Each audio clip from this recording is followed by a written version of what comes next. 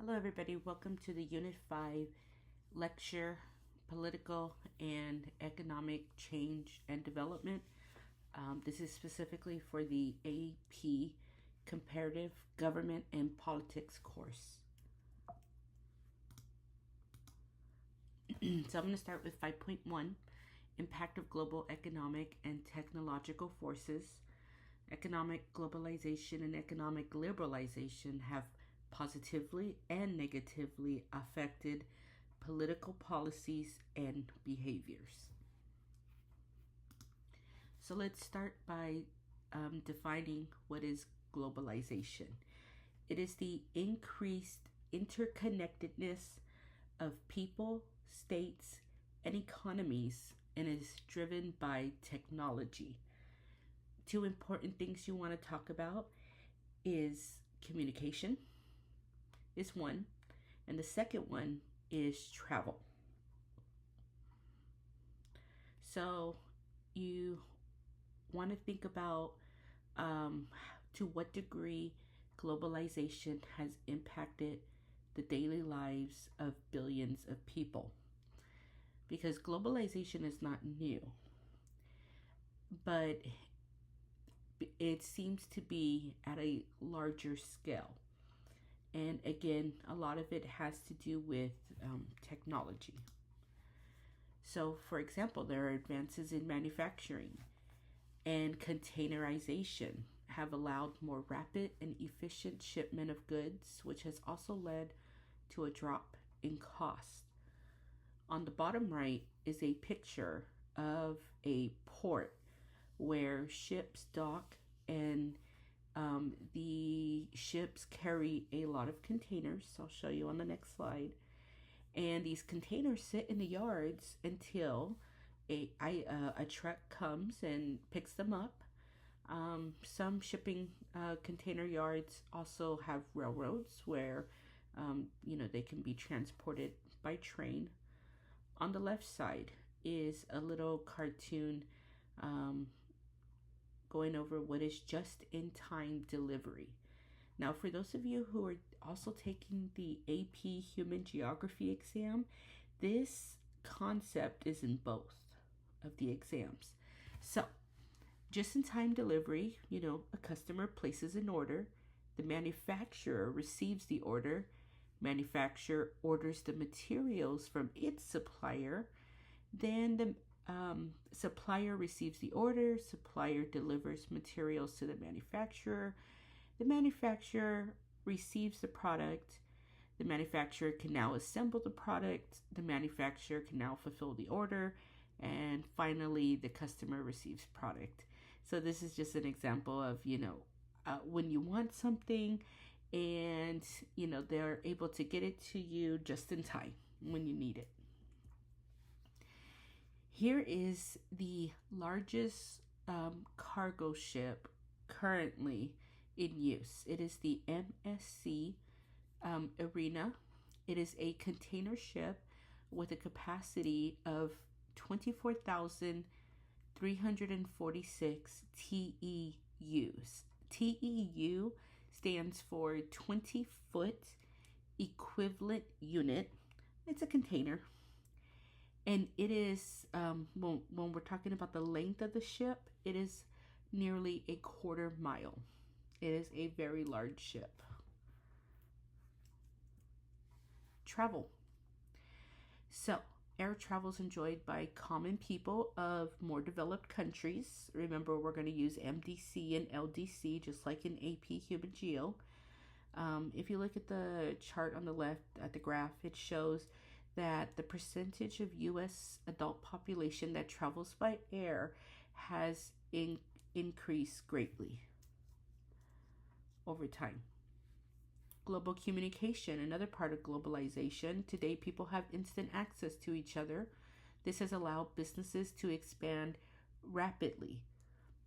On the left, countries by percent of internet users. The internet is one way that people can communicate around the world, and is also another way how people can order, leading to an increase in the economy. Governments respond to global market forces in order to improve domestic economic conditions. In other words, for how their country is doing. Also, to respond to domestic demands. What is it that the country needs? Control or influence domestic political debates to maintain or increase their own power. So they might be saying or doing something in order, for them to win an election or for a campaign promise. And another reason might be to extend national influence regionally and internationally. So governments play a large role in how they deal with market forces. And also talking about economic globalization, there are three features. The first is called foreign direct investment, which can be abbreviated FDI. It is investment abroad, from abroad, in economic activity in another country. A lot of times it's going to be because of transnational corporations, for example, like Coca-Cola, who have headquarters in nearly almost every country. While they are in that other country, even though they are a U.S. company, they are expected to invest in the country that they're headquartered in as well. And so FDI is very, very powerful. Another feature of economic globalization is trade, and this is the flow of goods and services across national borders. And the third feature is international capital flow, and this is the movement of money across international borders. Multinational corporations, you can abbreviate this MNC. These are companies that have facilities or assets, that's things that you own, in more than one country. The benefits to developing countries of having a multinational corporation in their country means increased capital growth, so more access to factories, machinery, as well as money. Job growth, because if a company opens up, that's going to allow for more jobs. Skill development for workers, especially if it's an industry that requires specific skill set. And economic diversification, that means spreading out their investments in the economy in different industries. In other words, you don't rely on just one industry. So multinational corporations have offices throughout the world to take advantage of large, cheap labor pool of talented people. The more talented the people are, in other words, like, can they speak certain languages? Do they have a certain skill set? For example, like working with certain machinery. The multinational corporations locate their distribution facilities closer to their customers to increase efficiency in the supply chain. Now, a rentier state. This is a state that relies on the export of oil or from the leasing of resources to foreign entities as a significant source of government revenue. So you got to mention both ways. They're either exporting oil or some other natural resource, or they're leasing the land or the water where this resource can be found. Now, what are the negative effects of multinational corporations? Well, most of the profit is going to leave the host country. It's going to go back to the home country of the company. Another negative effect, skilled positions are often filled by foreign workers. So if it's a skill that's more basic and it's repetitive and you don't need a degree probably, then they can fill those jobs with locals. But if it requires, let's say an engineering, very specific engineering job,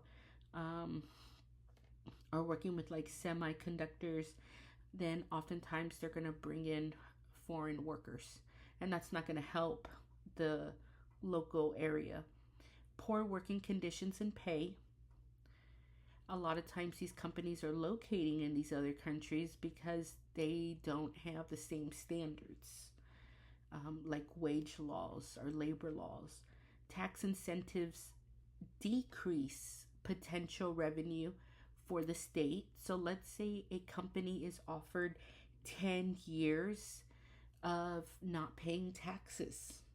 That's a lot of taxes that the local government is going to lose, in order to, and the reason they give the incentive is to attract these companies, to build there.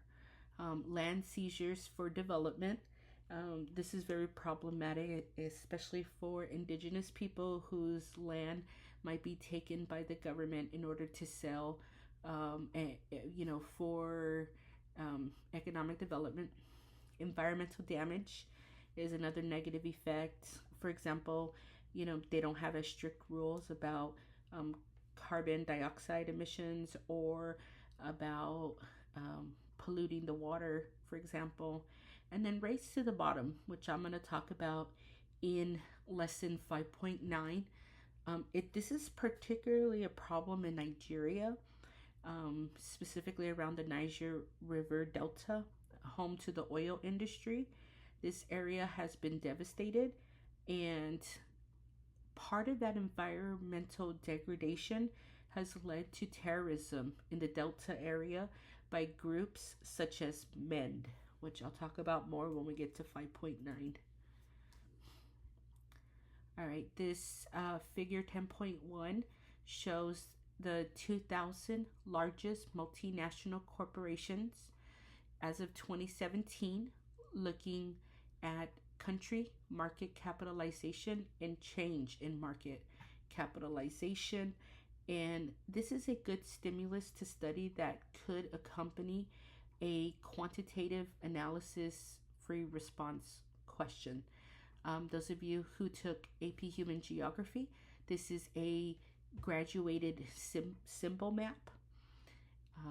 And the size of the symbol represents a value. So the larger the size, the larger the value.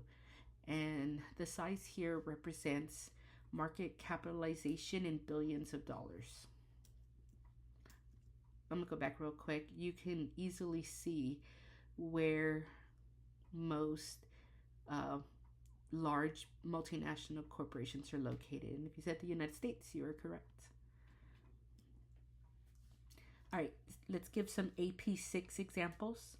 So, state membership in the International Monetary Fund, you can call that the IMF, the World Bank, and the World Trade Organization, the WTO, has promoted economic liberalization policies. So make sure you can name those three as supranational organizations that promote economic liberalization.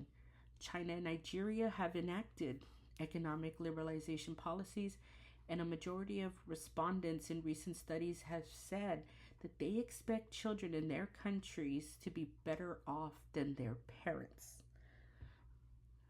In Mexico, in part as a result of these policies, the number of people in the middle class has grown. So, this is evidence that economic liberalization are good policies. They are going to have some negative effects, though. Citizens' response to globalization and economic liberalization policies. So, the impact of globalization have resulted in an increase in civil society organizations.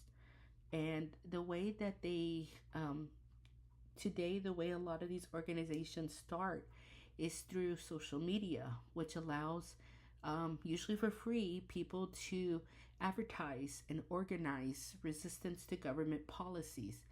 And because they can organize through social media, it lowers the cost, and they allow for participation despite members from being in different places. Social media also has given authoritarian states another tool to keep track of dissent. So they're looking at people or rebels, people who are, rebelling or protesting. Transnational activism. So the need for global action has helped create transnational social movements. This can be regarding trade, human rights, or the environment, for example, and allows groups to target international organizations and individual governments. For example, um, like the World Trade Organization. Economic liberalization policies often activate social movements that are opposed to these policies. And globalization has resulted in the creation of more NGOs, which are non governmental organizations. An NGO is a nonprofit group outside government control that usually focuses on social or political issues. Often they're broken up into local chapters, and social media has helped fuel the growth of NGOs. And authoritarian states restrict NGOs. So, what you want to think about is whether transnational activism or grassroots movements at the local level are more likely to succeed in achieving their policy goals. So, transnational activism or local grassroots movements. Some essential knowledge: economic globalization, including economic networks that are growing more interconnected, worldwide market with actors unconstrained by political borders, and a reduction in state control over the economies, has deepened cross national connections among workers, goods, and capital, and has caused challenges for regime and cultural stability. Have to know these two things. All right, let's talk about globalization and neoliberalism. Together, they can provoke conflicts within states. So, there are increased demands being placed on governments by civil society groups. Oftentimes, protest, the people you'll find protesting include students and disenfranchised groups. Arrested protesters and imposition of social media restrictions, as you can see in the images, and empowerment of once marginal nationalist and populist groups that blame the government for changes in culture and economic conditions. So, in other words, you have these civil society groups that have become, maybe they started out more peaceful and eventually might have become more empowered over time. A lot of times they are pushing for more income equality, more access to education. Here's an example of an FRQ about this one is a comparative analysis, and it says compare how globalization has impacted the formation of civil society groups in two different AP6. AP6 represents the 6 countries you learn about. So the part A says define globalization. All right, so you need to say it's the increased interconnectedness of people, states, and economies. You can also add that it's driven by technology. B, explain how civil society groups in two different AP6 countries have responded to globalization. So now you got to have two examples. You need two different countries. You might talk about how in Mexico the Zapatistas organized to oppose NAFTA. They did this through peaceful protests, but also through guerrilla warfare.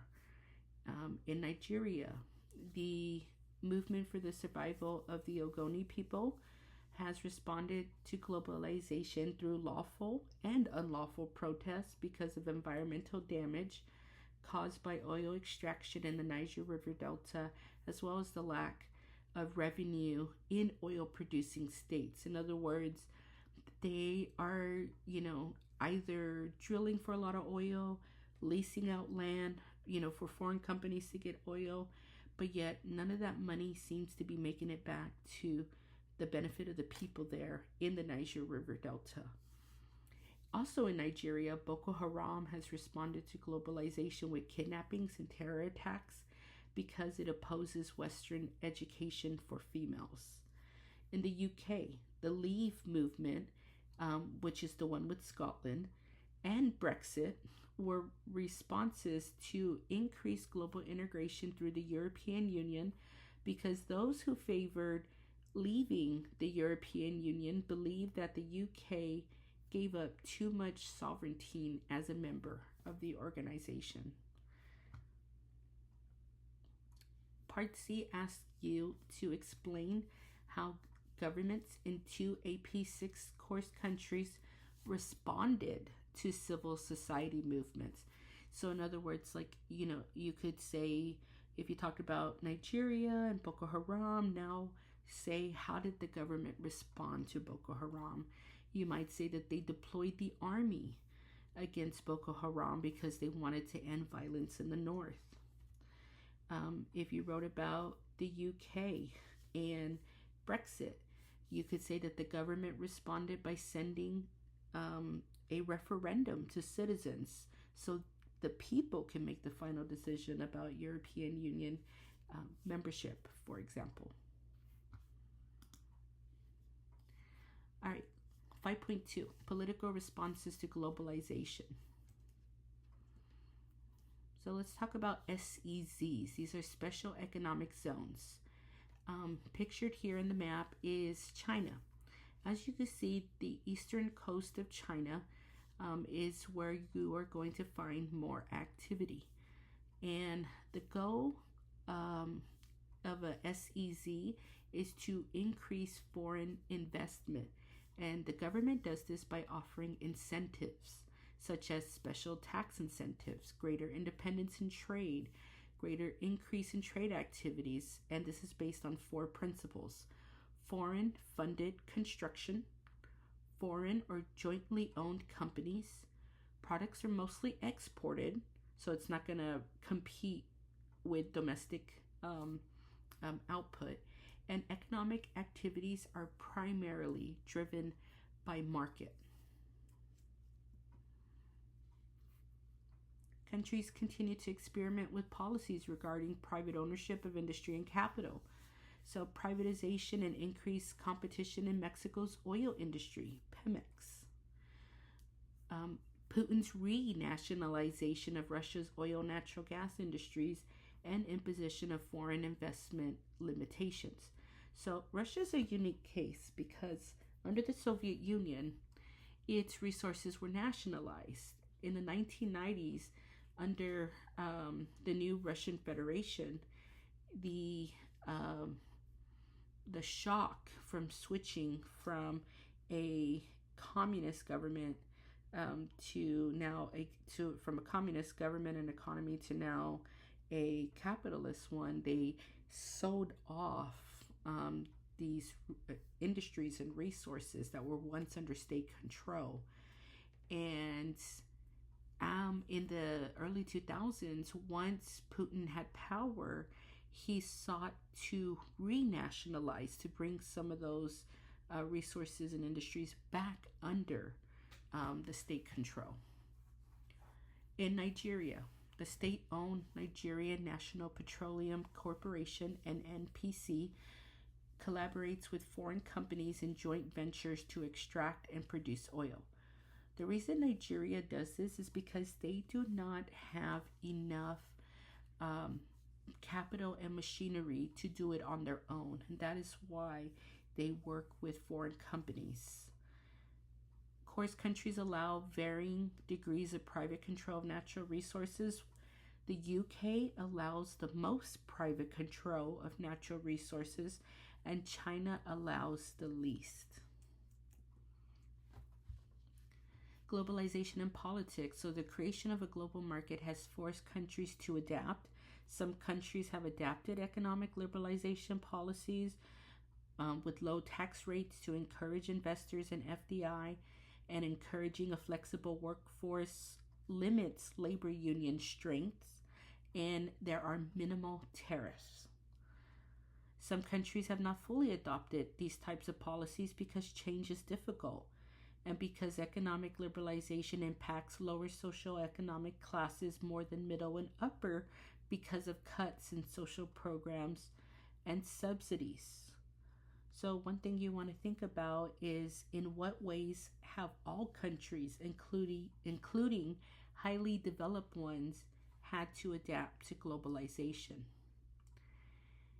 Here on this graph shows Nigeria's expenditures, those are your spendings, on subsidies for imported gasoline.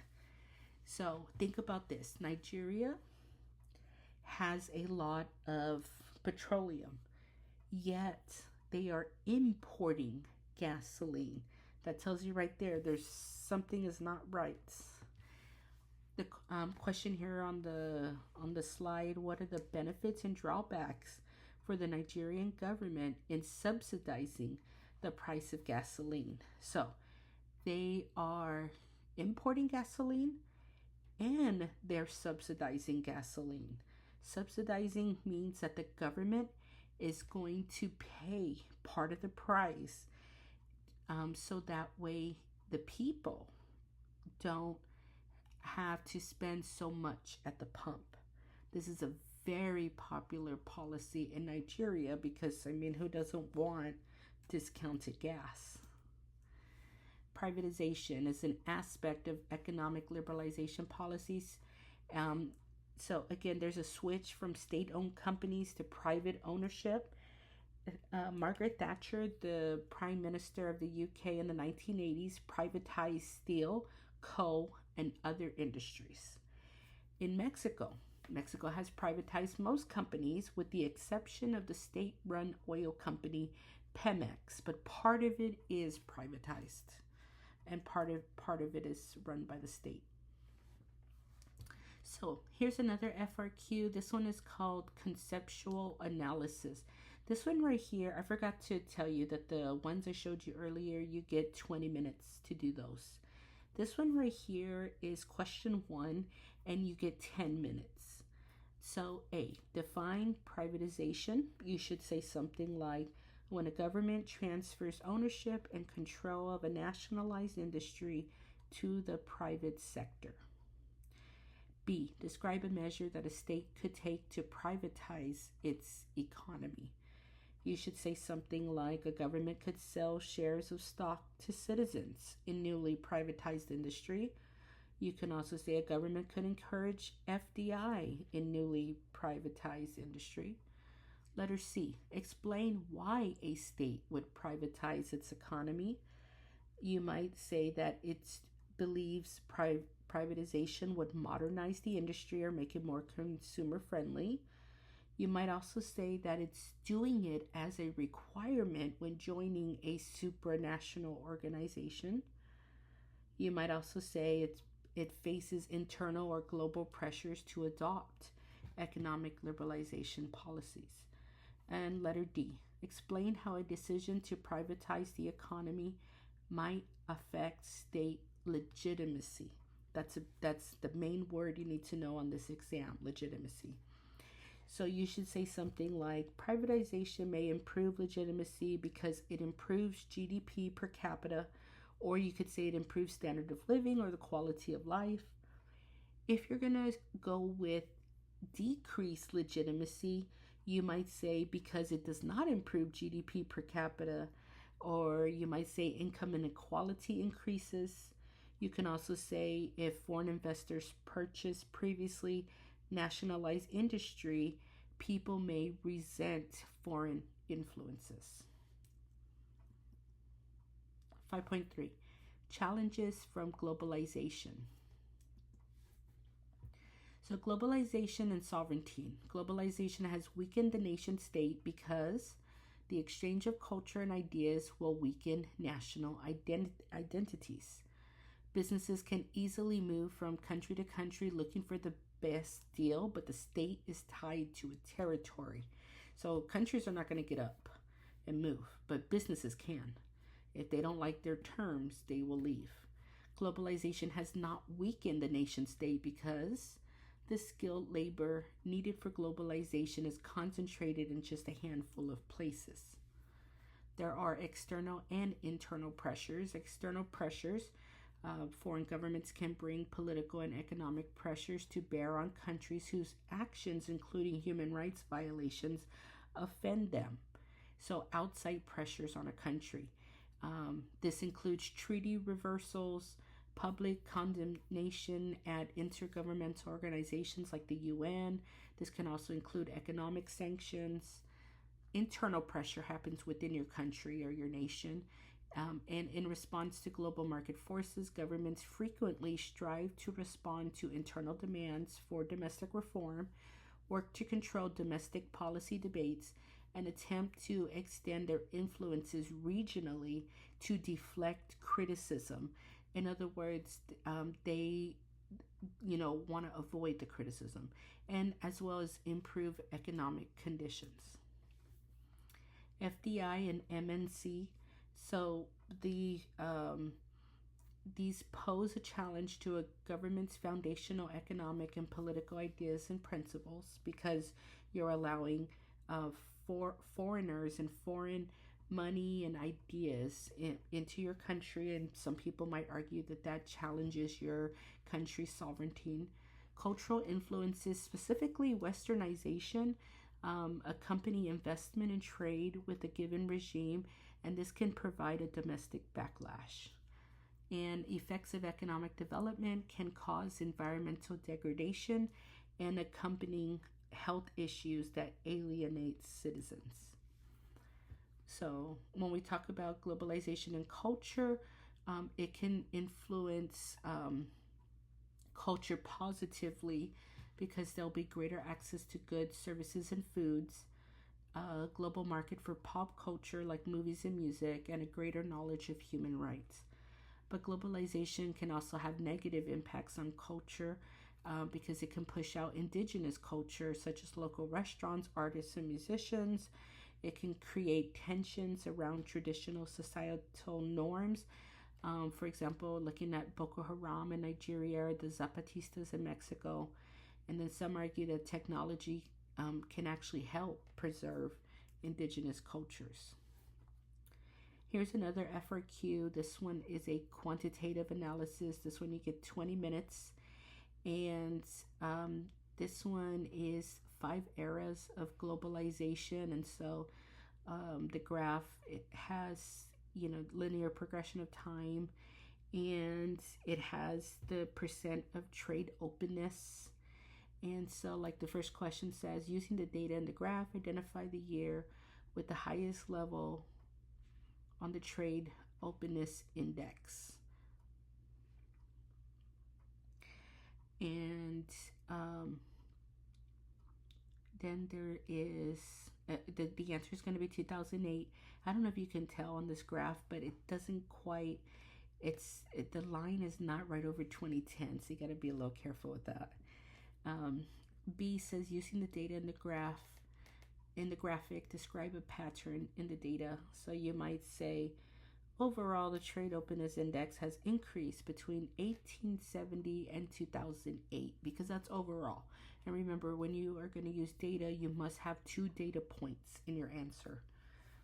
Another example is you might say the trade openness index has fluctuated between 1870 and 2008. Part C wants you to define globalization. We did that earlier.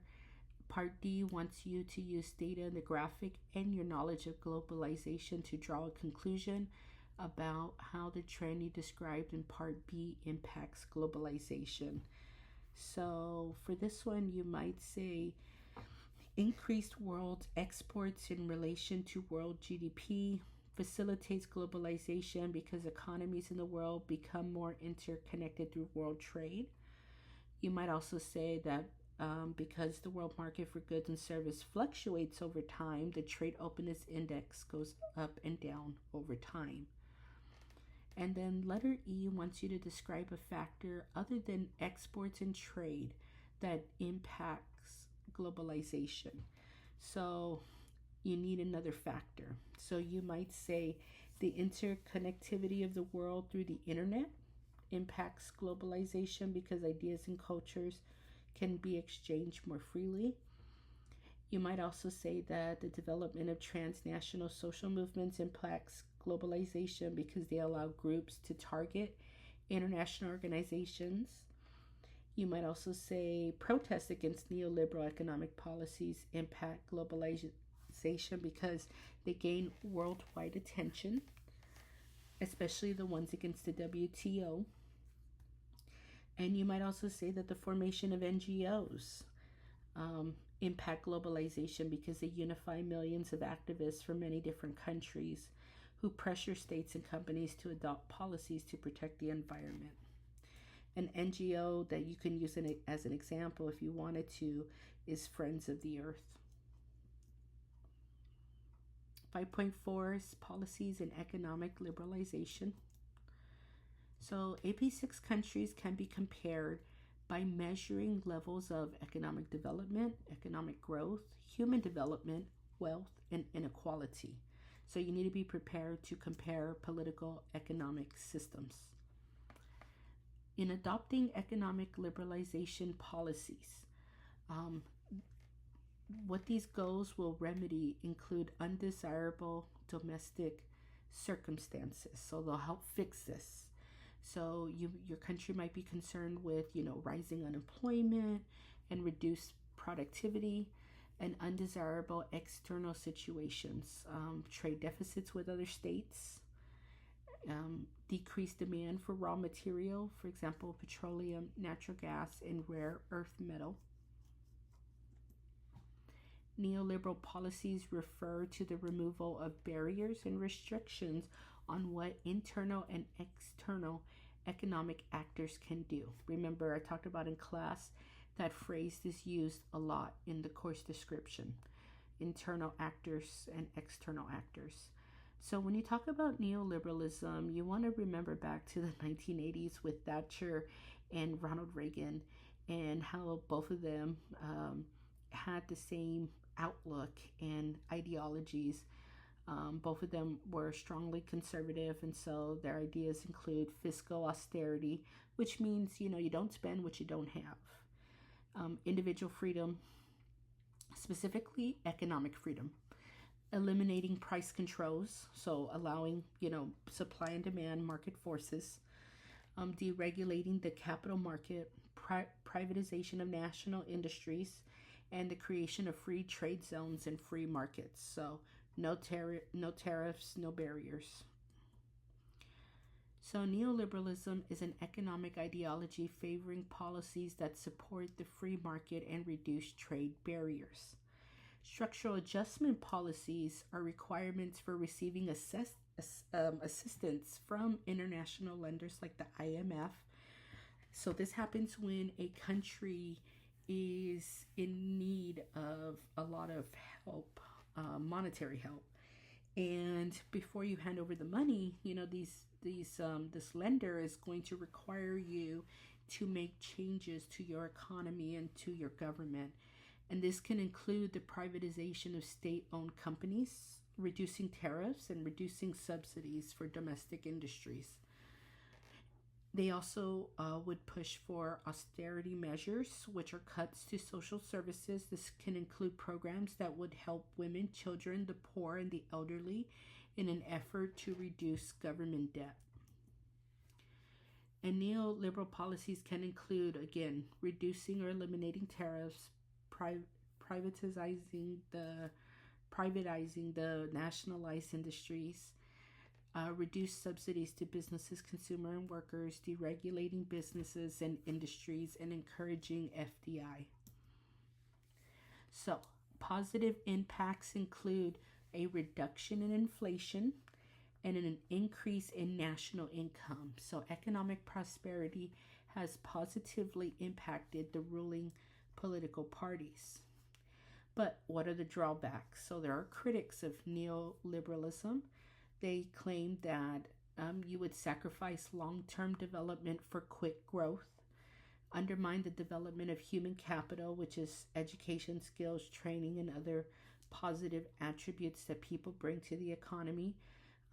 They claim that these policies hurt the most vulnerable populations, cause environmental damage and urban sprawl. Increased income inequality can lead to social tension and persistent political corruption.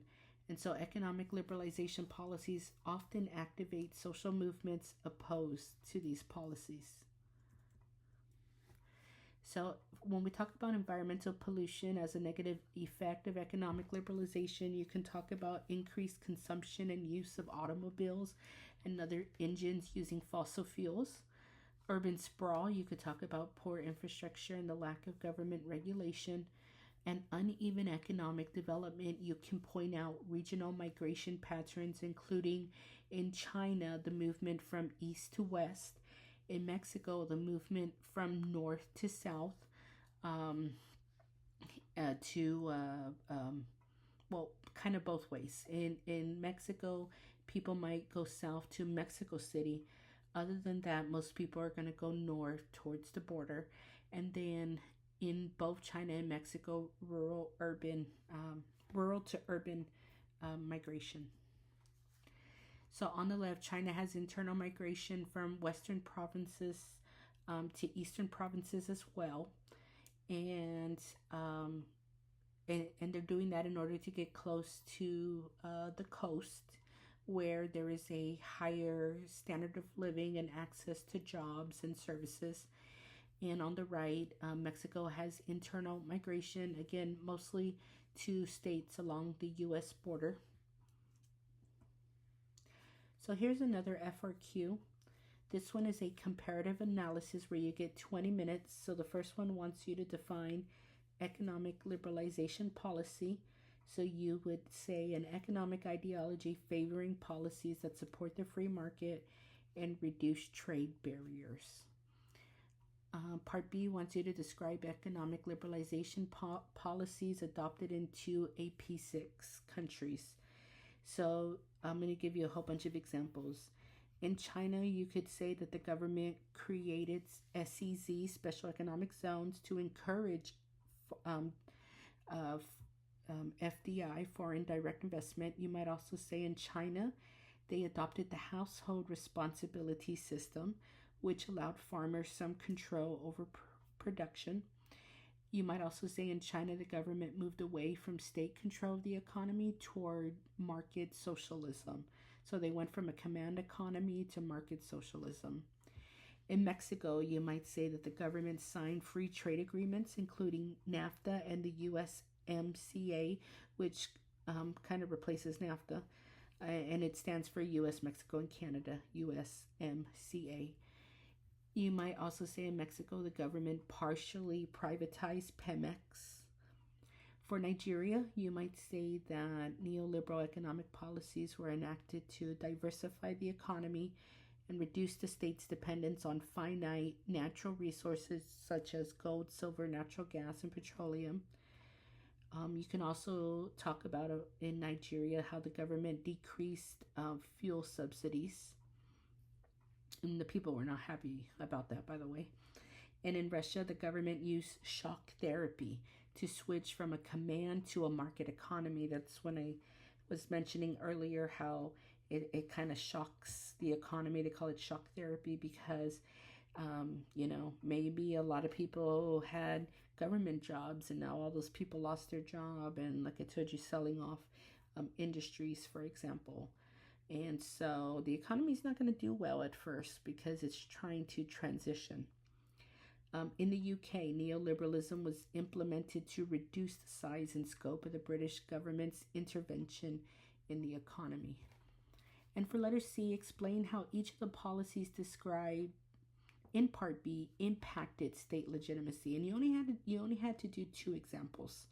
I gave you more than 2. So in China, you might say that economic liberalization policies decreased legitimacy because they widened the income gap. In Mexico, you might say that they increase legitimacy because they increase GDP per capita. If you're going to argue in Mexico decrease legitimacy, you might say because they increase the income gap between the north and the south, so you make it more of like a regional issue. In Nigeria, if you're going to say increase legitimacy, you might say that Nigeria has somewhat of a more diversified economy now and increased opportunities for entrepreneurship. Um, if you're going to say that decreased legitimacy, you might say that the policies were unpopular because they resulted in high inflation, increased unemployment, and cuts in government services, including programs to alleviate poverty. And what happened was that decreased legitimacy of government leaders. In Nigeria, you might also say the reduction of fuel subsidies decreased legitimacy because people protested against paying higher prices for fuel. They were used to that subsidy and paying a lower price. And then for the UK, you might say that economic liberalization policies implemented by Prime Minister Margaret Thatcher maintained legitimacy of government because after implementation of the policies, there was initially an economic boom. And if you're going to argue decreased legitimacy, you might say that it led to high unemployment rates among those previously employed in nationalized industries. 5.5 International and supranational organizations. So a government bolsters regime stability by adapting its policies to environmental, political, economic, and cultural conditions. So, what are some examples of the impact of international organizations? Well, Nigeria had to adopt an SAP structural adjustment program in exchange for loans and debt restructuring. As I mentioned earlier, if you're going to borrow a lot of money, they're going to tell you you're going to have to make changes to your economy and to your government. And an example, changes to your economy can include privatization of state-owned companies, reducing tariffs and reducing subsidies for domestic industries. An economic liberalization policy is going to reduce the role of government in the economy, support the free market, and reduce trade barriers. And so there could be improved economic growth in the long run, but immediately it's going to harm the most vulnerable populations. So you want to think about why states would join international and supranational organizations if they knew that they're going to give up some of their sovereignty. Remember, sovereignty is the state's ability to make its own decisions within its borders. Why might they be willing to give some of that autonomy up?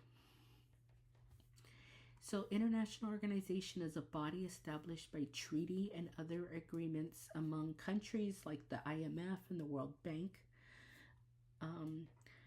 So countries join to receive benefits and they give up some sovereignty as a result. Supranational organization is a body in which member countries have some say in governing and give up sovereignty over issues affecting the organization as a whole. This includes the European Union, the Economic Union of Western African States, and the World Trade Organization. And to be a member in these organizations, member states have to change internal policies to reflect the rest of the organizations. And the UK left the European Union because of the loss of sovereignty involved in membership. The WTO started after World War II, and its membership accelerated in the 1990s. They promoted lowering tariffs and liberalizing the global economy. So both the World Bank and the IMF support economic liberalization policies. And on the little visual there, it gives you some of the examples like, transparent, predictable, attractive investments, in strengthening position in trade disputes, increase of sovereign credit rating, export diversification, and participating in the development of new rules and principles of trade. Those are some of the benefits of being a member in the WTO. ISI, import substitution industrialization. I will start by telling you this is pretty much the opposite of economic liberalization. So, ISI policies are protectionist economic policies that are designed to shelter domestic industry from competition and reduce foreign influence on sectors of the economy. So, you'll often hear people talking about ISI policies when they're talking about like bringing jobs back to your country, or like putting tariffs. Those are usually ISI policies. The reason why they do this is because they're trying to encourage the growth of domestic manufacturing. So, Mexico, for example, adopted ISI policies to reduce the country's dependency on other countries, and these policies represent governments who are trying to grow their own economy. 5.6 is about social policies. So, in response to political, cultural, and economic changes, the role of women in politics and government has noticeably increased worldwide. First, there's an increase in participation in government and voting. Mexico has gender quotas that require parties to run 50% female candidates. Iran provides gender equity rules in voting. There are still education gaps, but it has narrowed. Iran has disputes over women's access to certain degrees in sports, yet 50% of college students are female. They just cannot, have any degree. They are limited. In Nigeria, women face unequal gender access to education. What another thing you could talk about is workforce participation of women is lower than men. In Iran, 19% of the workforce are women, so it's largely male. And democracies generally do a better job of protecting women's rights. One of the big controversial issues is abortion. So, for example, in Mexico, there's a mismatch in policies. So, at the state level, abortion is illegal, but then at the local level, they'll have different policies, and pressures for access to childcare have grown. So in Iran, there are many women politicians, and there was a reformist government in the 1990s that allowed more women to enter parliament, but that declined in 2000 and then rose again in 2016.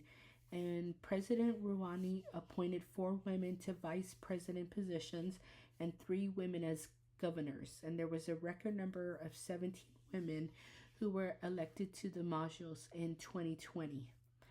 But women cannot run for the presidency. And there on the bottom right, you can see a woman casting her vote.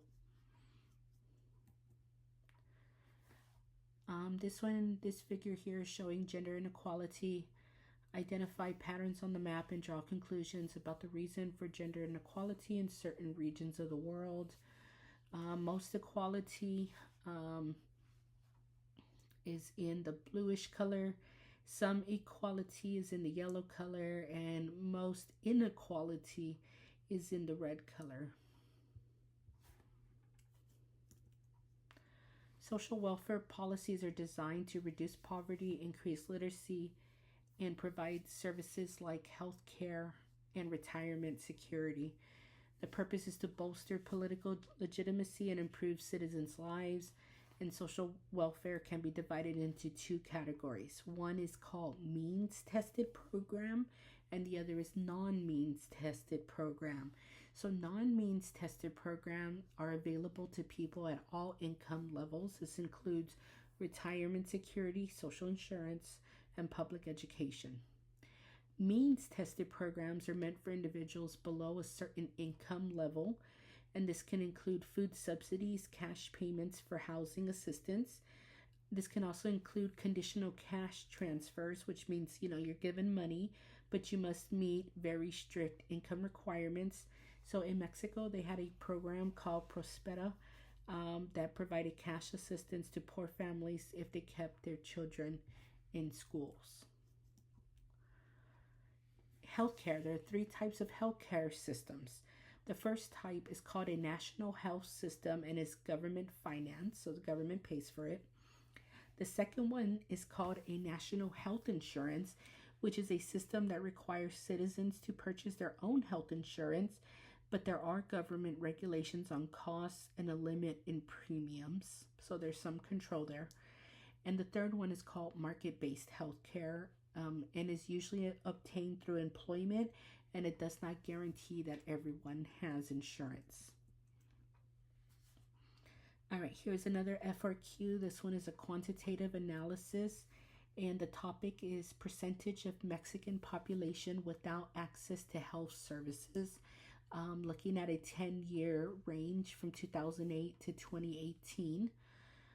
So you're given 20 minutes to answer this.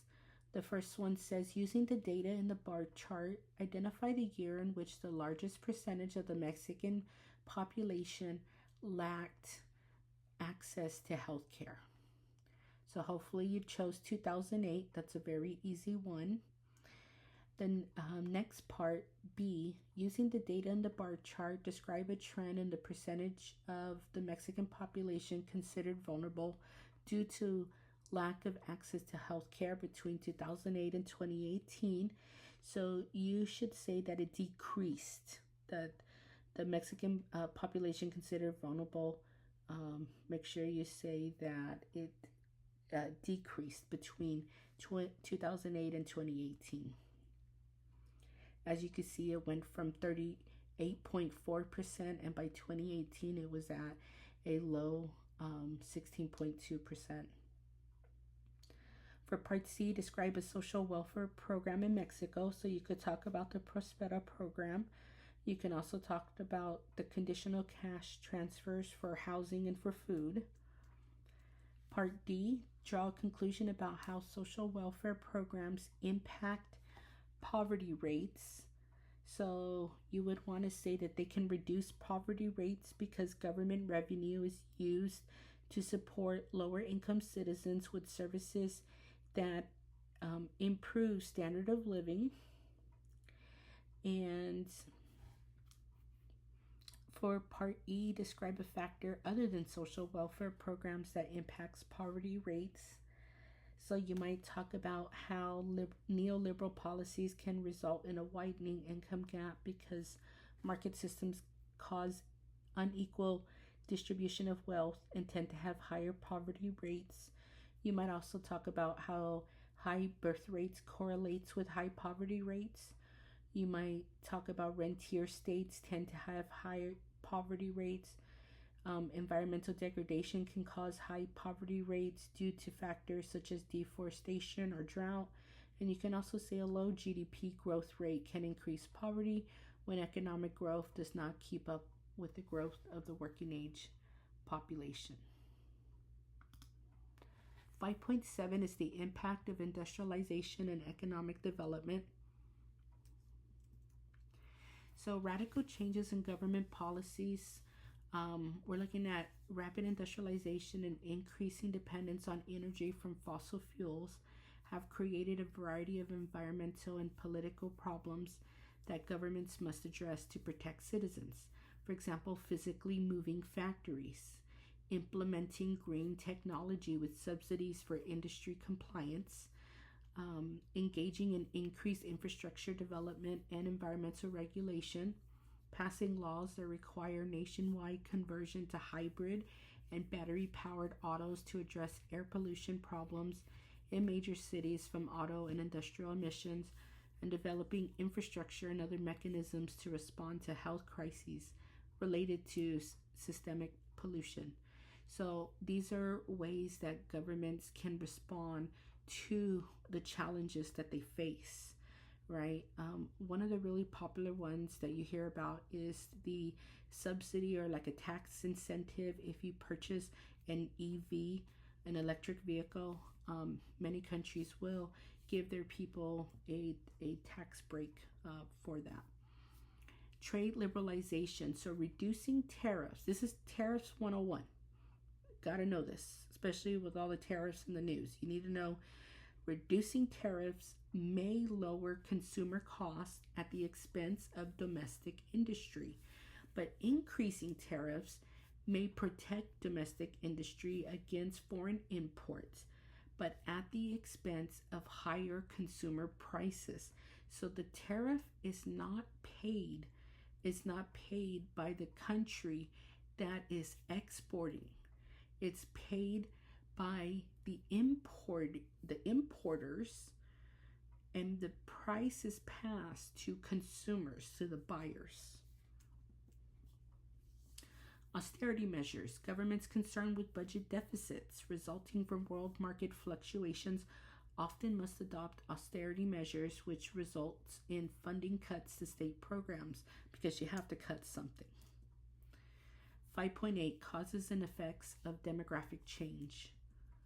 So, political causes and consequences of a demographic change. So, growing populations, changing land use and values, and economic opportunities motivate internal and external population movement, and the corresponding demographic change poses significant challenge to governmental resources. So, including when population shift from rural to urban areas or when there's a net migration rate change. So, think about this: if you have like a city and it grows rapidly and the prices go up, there's not enough housing, so you run out of room for people, you run out of services. It's more taxing on the water system and on the trash collection, sanitation, and all that. So government policies and employment opportunities can draw workers to different geographic regions, and can influence positive or negative migration rates. And so the government can take action, right? Often deepening pre existing class and regional differences and taxing government resources. In China, shifting emphasis from agriculture to industry, the creation of special economic zones, the encouragement of FDI, and fewer government restrictions and regulations of the economy have led to migration from rural to urban areas and from west to east, which is the interior, to the coast, creating a growing population whose rising income allow them to pursue work and educational opportunities abroad. In Nigeria and Iran, highly skilled or well-educated individuals have left home countries such as Iran and Nigeria to escape government policies or practices that are perceived as limiting, corrupt, or repressive. In AP Human Geography, we describe this as brain drain. In Mexico, NAFTA and other economic liberalization policies, such as removing agricultural subsidies, the maquiladora zones, which are the factories on the Mexico side of the US-Mexico border, and FDI patterns prompted migration from rural to urban areas and from southern to northern Mexico, and contributed to greater economic development in the north than in the south, as well as other regional disparities. So the northern Mexican states are the people there are more wealthier than in the south, excluding Mexico City. The UK, a positive net migration of immigrants into countries like the United Kingdom has resulted in social and political tensions, and the political leadership of the UK is facing increasing constituent demands to reduce the rising cost of healthcare, exacerbated by an aging population and a declining working age population, faced with increased tax burdens to fund the universal healthcare system.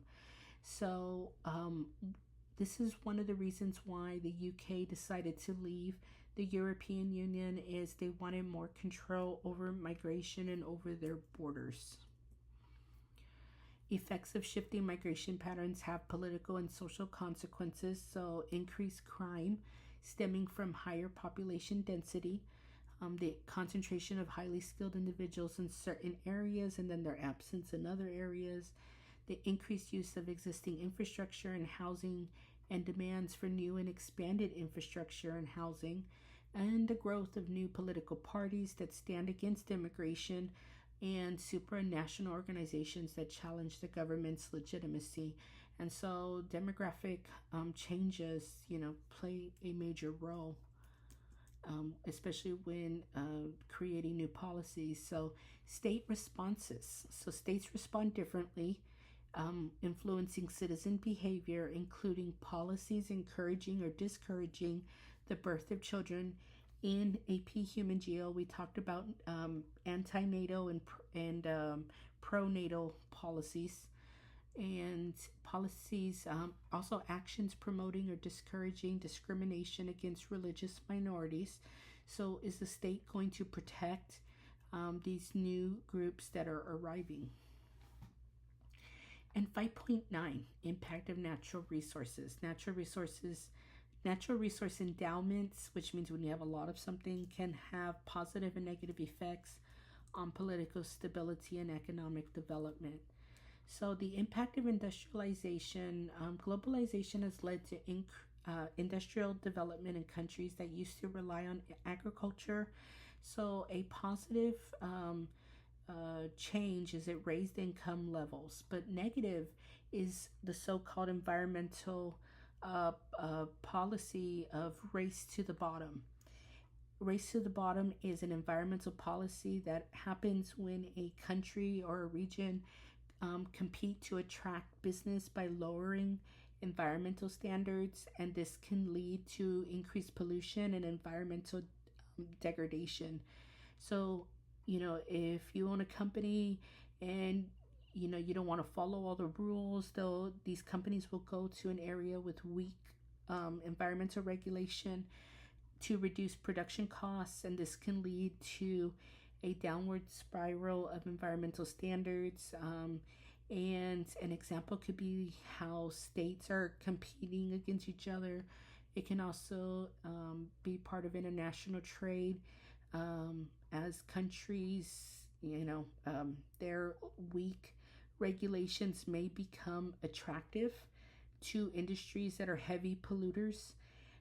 So, some consequences of environmental degradation include increased pollution, resource depletion, and damage to ecosystems. And so, some of the economic consequences is, although the immediate economic benefits are attracting businesses and may seem appealing, the long term costs of environmental damage can outweigh these gains. And so, we're seeing this in both developing and developed countries.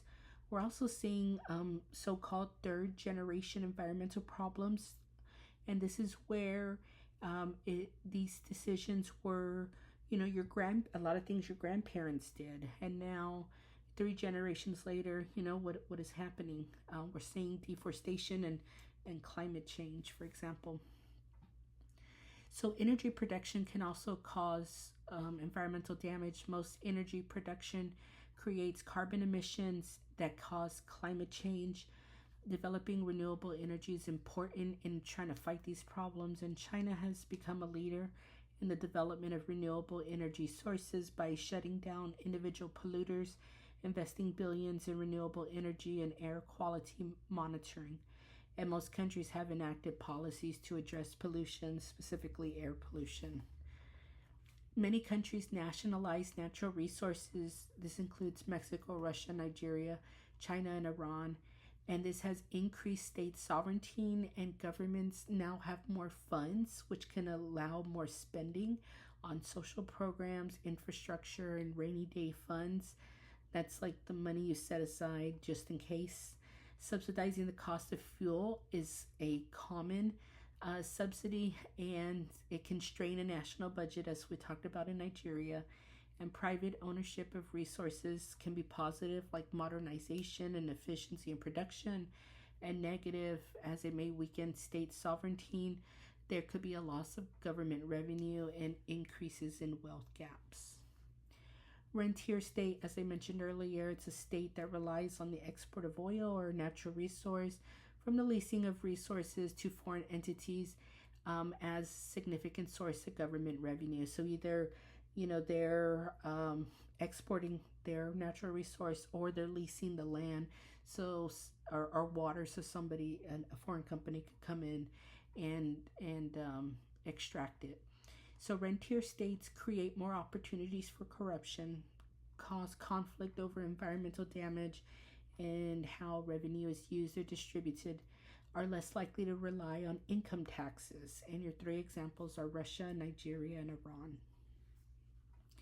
We can also say that these countries face a resource curse. It's a problem where a country has an abundance of a natural resource, and this can limit diversification of the economy, makes government revenue dependent on the world market because of market prices, and markets can be volatile. Increased opportunities for corruption leads to overvaluation of currency and trade imbalances, and lessens the government's responsiveness to citizens. So, some political outcomes of rentier status includes a lack of incentive to modernize the economy or to cooperate with international judicial bodies, increased governmental corruption, a lack of governmental accountability to citizens when not relying on citizens for taxes because instead they're answering to like the oil companies, and the absence of democracy. Economic outcomes of a rentier state include lack of economic diversification, concentration of governmental resources on developing the one profitable export industry to the exclusion of other types of industries. So, in other words, they're only focused on that industry. Severe revenue fluctuation based on world market pricing, and the overvaluation of currency and trade imbalances, and the increasing disparity between rich and poor. And we can also talk about the degree of central government control. So, these countries where resources are nationalized provide government revenue, consolidate government control, and reduce political influence of foreign governments and multinational corporations, all of which can reinforce political legitimacy. So, the Mexican government's decision to allow private investment in Pemex, the political control exercised by foreign multinational corporations that underwrite Nigeria's oil production, the high degree of centralized control over natural resources under Putin that has resulted in wealth concentration. So, privatized ownership of natural resources decreases government control, increases wealth inequality, and results in the potential loss of sovereignty. So, these are the effects of privatization because foreign companies, multinational companies might come in and buy those natural resources. And we end with one more FRQ. This is conceptual analysis, so you would have 10 minutes to find a rentier state. So you should say a state that relies on the export of oil from the leasing of resources or from the leasing of resources to foreign entities as a significant source of government revenue. Explain how a rentier state could improve economic growth. You might say it can diversify the economy, or you might say it could pass laws to increase transparency to see how government is spending funds. You might say that the state could increase taxes to provide an additional sources of government revenue, or the state could build infrastructure to encourage FDI. C wants to know how a country's status as a rentier state impacts legitimacy. And so you could talk about how a country status, let me see, when revenue from the resources high and resources are distributed to the population, legitimacy is likely to be high. When revenue from the resources low, or when the resources are not distributed to the population, legitimacy is likely to be low. Governments in rentier states have opportunities to engage in corruption by diverting oil revenues, which decreases legitimacy, especially if it's to their own pockets. Foreign entities may pressure rentier states to engage in a race to the bottom by lowering environmental standards, which is going to decrease legitimacy, for example. And so that's the end of the lecture. I know it's a lot. Maybe listen to it in 2 parts or 3 parts. All right. Good luck on your AP exams.